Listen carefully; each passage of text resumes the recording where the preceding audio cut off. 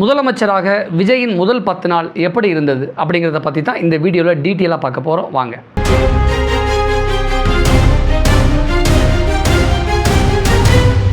தமிழக முதலமைச்சராக விஜய் பதவியேற்று இன்றோடு கரெக்டாக 10 நாள் ஆகுது. இந்த 10 நாளில் தமிழகத்தில் எதிர்பாராத பல சம்பவங்கள் நடந்திருக்கு. அது என்னென்ன அப்படிங்கிறதை ப்ளஸ்ஸையும் பார்க்க போகிறோம், நம்ம மைனஸையும் பார்க்க போகிறோம். இந்த 10 நாள் விஜயோட ஆட்சியில் பாராட்டுகளும் இருக்குது, எதிர்ப்புகளும் இருக்குது, ரெண்டுமே கலந்து கட்டி இருக்குது அப்படிங்கிறது தான் உண்மை. ஃபஸ்ட்டு இளைஞர்கள், பெண்கள் ஏகோபித்த ஆதரவோடு 108 தொகுதிகளில் வெற்றி பெற்று பெரும்பாலான கருத்து கணிப்புகளை பொய்யாக்கி விஜய் முதலமைச்சரானார். யாரென்றே முகம் தெரியாத வேட்பாளர்கள் எல்லாருமே விஜய் அப்படிங்கிற ஒற்றை முகத்துக்காகத்தான் பொதுமக்கள் வெற்றி பெற செஞ்சாங்க. குறிப்பாக தமிழ்நாட்டுடைய முதலமைச்சராக இருந்த மு.க. ஸ்டாலின் அவர்களே தோற்று போகிற அளவுக்கு இந்த தேர்தலில் விஜய் அலை அடித்து நொறுக்குனுச்சு அப்படின்னு தான் சொல்ல தோணுது. மக்களுடைய ஆதரவு விஜய்க்கு இருந்ததாலும் தமிழகத்தில் முதல்வராக அளவுக்கு அவருடைய தமிழக வெற்றி கழகத்துக்கு பெரும்பான்மையான ஆதரவு கிடைக்கலாட்டியும் கூட விஜய் முதலமைச்சர் ஆனதை யாராலையுமே தடுக்க முடியலை. விஜய்க்கு பெரும்பான்மை கிடைக்காததுனால அது விஜய்க்கு மிகப்பெரிய ஒரு சிக்கலை உருவாக்குனுச்சு. முதல்வர் கூறிய வாகனங்கள், பாதுகாப்புகள் இது எல்லாமே வழங்கப்பட்டு பிறகு விலக்கி கொள்ளப்பட்டுச்சு. உண்மையிலேயே உளவியலாக அது விஜயை பெரிய அளவில் கண்டிப்பாக பாதிச்சிருக்கும். எதிர்பாராத வகையில் கவர்னருடைய செயல்பாடுகளும் அந்த சூழலை அதற்கு ஏற்ற மாதிரி தான் அமைஞ்சிருந்துச்சு. இதற்கிடையில் கற்பனைக்கும் அப்பாற்பட்டு ஒரு சின்ன பொலிட்டிக்கல் மூவும் தமிழ்நாட்டில் நடந்துச்சு அப்படிங்கிறது யாராலையும் மறுக்க முடியாது.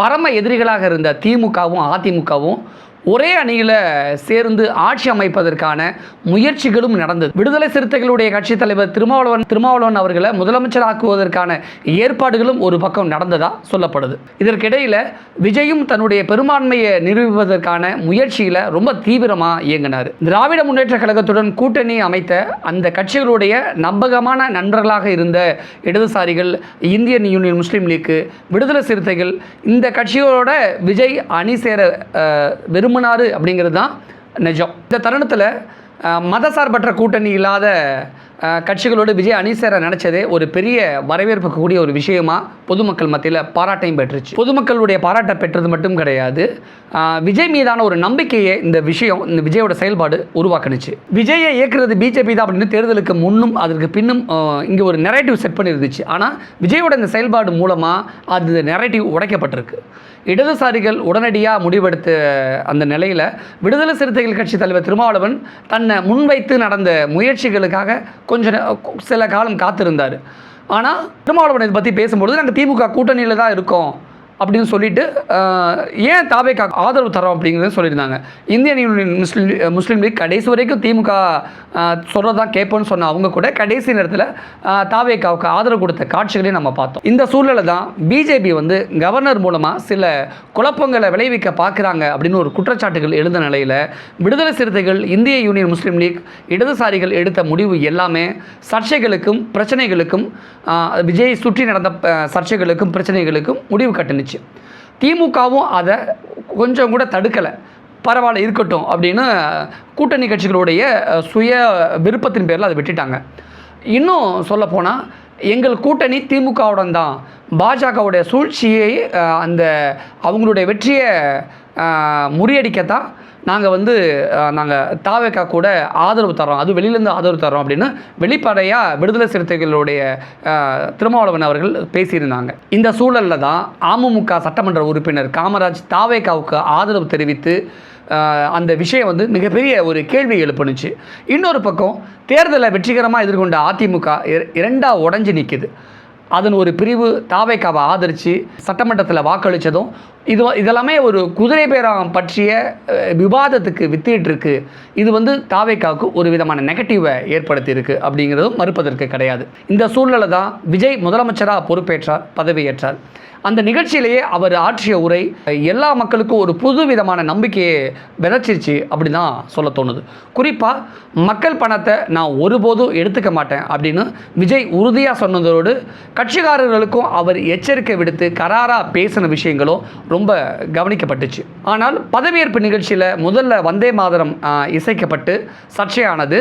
அது கவர்னர் நிகழ்ச்சி, கவர்னர் மாளிகை ஏற்பாடு செய்த நிகழ்ச்சி அப்படின்னாலும் கூட விஜய் நினைத்திருந்தால் அதை தடுத்திருக்கலாம் அப்படின்னு சில பேர் சில கருத்துக்களை முன் வச்சாங்க. விஜயோடு சேர்ந்து 9 அமைச்சர்கள் பதவியேற்றாலும் கூட உடனடியாக அவர்களுக்கான துறைகள் அறிவிக்கப்படாமே இருந்துச்சு. 2 நாட்களுக்கு முன்னாடி தான் அது அறிவிக்கப்பட்டுச்சு. அது தொடர்பாக பல்வேறு யூகங்கள் வெளியாகிட்டே இருந்துச்சு. அது தாவேகா அரசுக்கு ஆதரவளிக்கக்கூடிய விடுதலை சிறுத்தைகள், இடதுசாரிகள், இந்தியன் யூனியன் முஸ்லீம் லீக் கட்சிகள் நாங்கள் அரசியலமைப்பையும் பங்கு பெற மாட்டோம் அப்படின்னு அவங்க வெளிப்படையாக அறிவித்த விஷயங்கள், இது எல்லாமே ஒரு விதமான சலசலப்பை தாவேகா கூட்டணிக்குள்ளே ஏற்படுத்தினுச்சு, வெளியிலிருந்து ஆதரவு கொடுத்தாலும் கூட. இன்னொரு பக்கத்தில் சிபி சண்முகம், எஸ்பி வேலுமணி இவங்களுடைய தலைமையில் அணிவகுத்து இருக்கக்கூடிய அதிமுகவுடைய இன்னொரு 2வது பிரிவினர் விஜய்க்கு ஆதரவு தெரிவித்தது எதிர்பாராத விதமாக யாருமே அதிமுக இந்த விஷயத்தை எதிர்பார்க்கவே இல்லை. அவர்களுக்கு அமைச்சரவையில் இடம் தரப்படுமா அப்படிங்கிற கேள்வியும் இந்த சூழலில் எழுந்துச்சு. ஒரு வாரம் கழித்தே பதவியேற்பு அமைச்சர்களுக்கான துறைகள் ஒதுக்கப்பட்டுச்சு ஒரு பக்கத்தில். பிற முக்கிய துறைகளுக்கு அமைச்சர்கள் நியமிக்கப்படாததும் மிகப்பெரிய ஒரு கேள்வியையும் ஒரு சர்ச்சையையும் ஒரு சலசலப்பையும் அது ஏற்படுத்தினுச்சு. முதல்வராக பதவியேற்ற மறுநாளே முன்னாள் முதலமைச்சர் மு.க. ஸ்டாலின், வைகோ, அன்புமணியை வீடு தேடி போய் விஜய் அவர்கள் சந்தித்தது, அதுவும் முதலமைச்சராக போய் சந்தித்ததும் சட்டசபையில் இறுக்கமாக இருந்த எதிர்க்கட்சி தலைவர் உதயநிதி ஸ்டாலினும் முதல்வர் விஜயை கட்டி தழுவிக்கொண்ட அந்த விஷயங்களும், தலைவர்கள் வாசலில் காத்திருந்து முதலமைச்சர் விஜயை வீட்டுக்குள்ளே அழைச்சிட்டு போயிட்டு விஜயை வரவேற்று மகிழ்ச்சியோடு பேசி உரையாடிய அந்த காட்சிகளுமே ஆச்சரியமாகவும் இருந்தது. ரொம்ப யாருமே எதிர்பார்க்காத ஒரு விஷயம். அதே போல் காங்கிரஸ் அலுவலகம், இந்திய யூனியன் முஸ்லீம் லீக் அலுவலகம், விடுதலை சிறுத்தைகள் கட்சியோடைய தலைவர் திருமாவளவன் வீட்டுக்கு சென்றது, இப்படி தமிழ்நாட்டில் வெகு அபூர்வமாக நிகழக்கூடிய இப்படிப்பட்ட நிகழ்வுகள் ரொம்ப முக்கியமான ஒரு கவனத்தையும் ஒரு விதமான நிகழ்ச்சியையும் ஏற்படுத்தினுச்சு. சிபி சண்முகம், வேலுமணி தலைமையிலான அதிமுகவுடைய ஒரு பிரிவினரை சந்தித்த முதலமைச்சர் விஜய், மூத்த தலைவராக இருக்கக்கூடிய அதிமுகவுடைய பொதுச் செயலாளராக இருக்கக்கூடிய முன்னாள் முதலமைச்சரான எடப்பாடி பழனிசாமியை சந்திக்காதது பல்வேறு விதமான கேள்வி எழுப்பினுச்சு. அதுவும் ஒரு பெரிய சலசலப்பை ஏற்படுத்தினுச்சு. சட்டமன்றத்தில் எடப்பாடி பழனிசாமி வணக்கம் வச்சும் முதலமைச்சர் விஜய் ஏன் வணக்கம் வைக்கலை அப்படிங்கிறதும் ஒரு டிபேட்டபுளான விஷயமா, ஒரு விவாதத்துக்குரிய விஷயமா மாறினுச்சு. ஆனால் எடப்பாடி முதலமைச்சர் விஜய்க்கு வணக்கம் வைக்கலை, வேறு திசையில் அவர் வணங்கினார் அப்படின்னு சொல்லப்பட்டுச்சு. அதே போல் நம்பிக்கை வாக்கெடுப்பில் அதிமுகவின் ஒரு பிரிவினர், அதாவது சிபி சண்முகம், எஸ்பி வேலுமணி தரப்பினர் தாவேகா அரசுக்கு ஆதரவு தெரிவித்ததும் ரொம்ப முக்கியமாக கூர்ந்து கவனிக்கப்பட்டுச்சு. ஊழலை முதன்மை பிரச்சனையாக பேசி தான் தாவேகா ஆட்சியை இந்த முறை பிடிச்சிருக்கு. ஆனால் தற்போது ஆதரவு தெரிவிச்சிருக்கக்கூடிய அதிமுகவுடைய அந்த 2வது பிரிவினர் இருக்காங்களே, அவங்க மீது பல்வேறு விதமான குற்றச்சாட்டுகள், ஊழல் புகார்கள், ஏற்கனவே ஊழல் வழக்குகள்லாம் நிறைய நிலுவைகள் இருக்குது. அப்படிப்பட்ட நிலையில் அவர்களுடைய ஆதரவை முதலமைச்சர் விஜய் ஏற்றுக்கொண்டது பல்வேறு கேள்விகளை இப்போ புதுசாக உருவாக்கியிருக்கு. இது விஜய்க்கு நல்லதில்லை அப்படிங்கிற விமர்சனங்களும் தாவேகா மீது இப்போ முன்வைக்கப்பட்டிருக்கு. தாவேகா அரசு அமைஞ்ச உடனேயே அது பெரிய சர்ச்சையானது. அதாவது அவரது தனிப்பட்ட ஆலோசகராக இருந்த ஜோதிடர் ரிக்கி ரத்தன் பண்டிட்டை, அதாவது முதலமைச்சர் விஜய் தனிப்பட்ட ஆலோசகராக அரசு பணியில் நியமித்தது தான் பெரும் சர்ச்சையையும் பெரிய விவாதத்தையும் ஏற்படுத்தினுச்சு.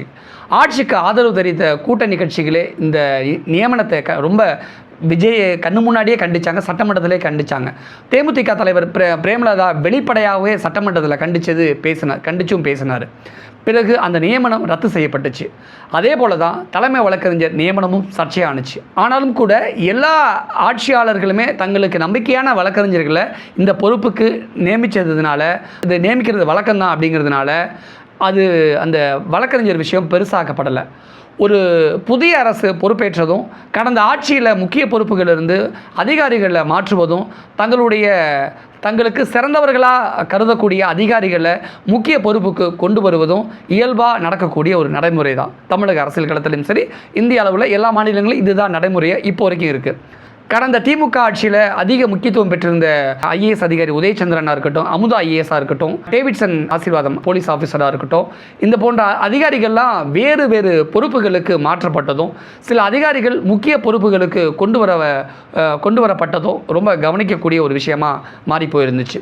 இது எல்லாமே இயல்பாக நடக்கக்கூடிய ஒரு விஷயந்தான். அதே நேரம் சட்டமன்றத்திலும் பொது இடங்கள்லையுமே முதலமைச்சர் விஜயை புகழ்ந்து பேசக்கூடிய அந்த புகழாரங்கள் இருக்கு இல்லையா, இது மக்களுக்கு ஒரு விதமான சலிப்பை உருவாக்கி விட்டுரும் அப்படிங்கிற ஒரு ஆபத்து அந்த இடத்துல இருக்குது. இது ஆரம்பத்திலேயே முதலமைச்சர் விஜய் கண்டித்து முறைப்படுத்த தவறினால் தனித்தன்மையை இழக்க நேரிடும் அப்படிங்கிற விமர்சனங்களும் கருத்துக்களும் முன்வைக்கப்பட்டிருக்கு. அதே போல் முதலமைச்சர் விஜய் நீலாங்கரையில் உள்ள தன்னுடைய வீட்டிலிருந்து தலைமைச் செயலகம் வரதில் நிறைய போக்குவரத்து நெருக்கடி ஏற்படக்கூடிய விஷயங்களையும் மக்கள் வருத்தம் தெரிவிச்சிருந்தாங்க.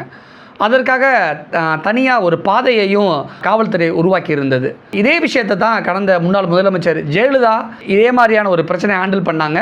இதற்காகவே மக்களுடைய எதிர்ப்பையும் முன்னாள் முதலமைச்சர் ஜெயலலிதா அவர்கள் பெற்றிருந்தாங்க. முதலமைச்சர் விஜய் இந்த விஷயத்தில் கூடுதல் கவனமாக இருக்கணும். அதே மாதிரி முதலமைச்சர் விஜய் பதவியேற்ற அன்னைக்கே அதிகாரிகளை அழைச்சி ஆய்வுக்கூடம் நடத்தின விஷயம் அனைவராலுமே ரொம்ப கவனிக்கப்பட்டுச்சு, பாராட்டப்பட்டுச்சு. உடனடியாக பொதுமக்களை அதிகமாக பாதிக்கக்கூடிய 717 டாஸ்மாக் கடைகளை அகற்றியதும் மிக முக்கியமான ஒரு முடிவாக விஜய் எடுத்தது பாராட்டுக்குரிய ஒரு விஷயமா இருந்தது. அதே போல அம்மா உணவகங்களை மறுசீரமைக்க விஜய் உத்தரவிட்டதும் புதிய நம்பிக்கையை அவருடைய செயல்பாடுகளில் வெளிப்பட்டிருக்கு. சட்டமன்றத்தில் நிறைய இளைஞர்களை கொண்டு வந்து விஜய் மிகப்பெரிய ஒரு சாதனையை செஞ்சு காட்டியிருக்காரு. அந்த இளைஞர்களுடைய செயல்பாடுகள் பக்குவப்படுத்தணும் அப்படிங்கிற விஷயங்களும் இங்கே முன்வைக்கப்படுது. அதிகாரிகளையும் ஊழியர்களையும் இணக்கமாக்கி செயல்பட வைக்க வேணும் அப்படிங்கிற விஷயங்களும் இங்கே முன்னெடுக்கப்படுது. முதலமைச்சராக இருக்கக்கூடிய விஜய் சில விஷயங்களை முடிவெடுக்கும் முன்பாக தீர ஆலோசித்து எது சரி எது தவறு அப்படின்னு தீர்மானித்து அதன்படி முடிவெடுக்க வேணும். சில முடிவுகள் அவசர கோலத்தில் அவசரப்பட்டு எடுத்துட்டு பின்னாடி வாபஸ் பெறப்பட்டால் அது அரசோடைய உறுதியான நிலைப்பாட்டை கேள்விக்குறியாக்கிறோம் அப்படிங்கிற விஷயங்களும் இங்கே ரொம்ப கவனத்தில் கொள்ள வேண்டியிருக்கு. முதல்வர் விஜயின் அரசுக்கு முன்னால் ஏராளமான சவால்கள் இருக்குது. கல்வித்துறையில் நிறைய செய்ய வேண்டியிருக்கு.